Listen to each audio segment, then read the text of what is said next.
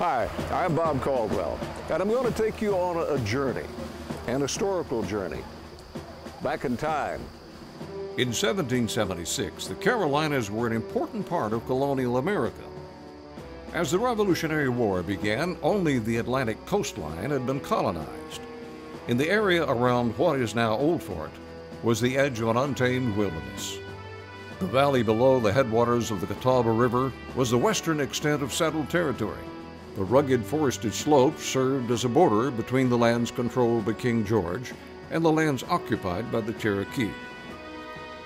As the strategies for the Revolution were being planned, it became obvious that colonists in western North Carolina would be threatened by the Cherokee, who would side with the British.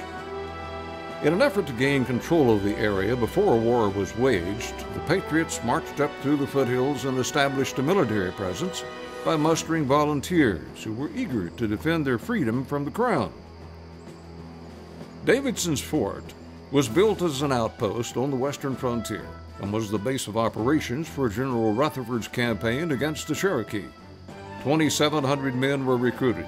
It was the largest volunteer militia assembled during the Revolutionary War. Most of the volunteers managed to settle in the mountains around the fort.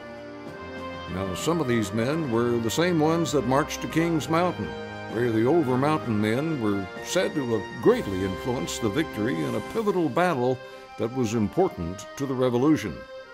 If the North Carolina volunteers had failed to stop the northward advance of Cornwallis, his troops would have been able to stop the development of the Continental Army that General George Washington led to a definitive victory over the British. The contributions of the North Carolina volunteers are usually overlooked in the telling of the story of Washington's successes. Davidson's Fort Historic Park, Incorporated, is a nonprofit organization dedicated to accurately conveying the historical significance of the fort and the volunteer militia to the forming of this country. Founded by Mark Hall and Gary Jones, the project, with plans to build a replica of the 1770s frontier fort, grew from their personal interest in Native American artifacts and colonial-era history. A truly grassroots operation. The volunteers involved are busy planning and organizing the effort, as well as contributing hands-on labor to the actual construction of the park and its facilities. The stockade will be the only colonial frontier fort replica in the Southeast. The park will have a period-correct community portraying life on the early American frontier. Craftspeople, traders, settlers, and volunteer militia will be depicted going about their activities in and around the fort. Living history demonstrations will be given of skills and crafts necessary to survive as a pioneer.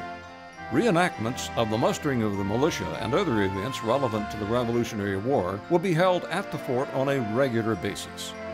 Future plans are to incorporate Native American demonstrations. This will allow an opportunity for the Cherokee to tell their story of the events of the era. Phase 1 of construction has already begun with the rebuilding of the fort.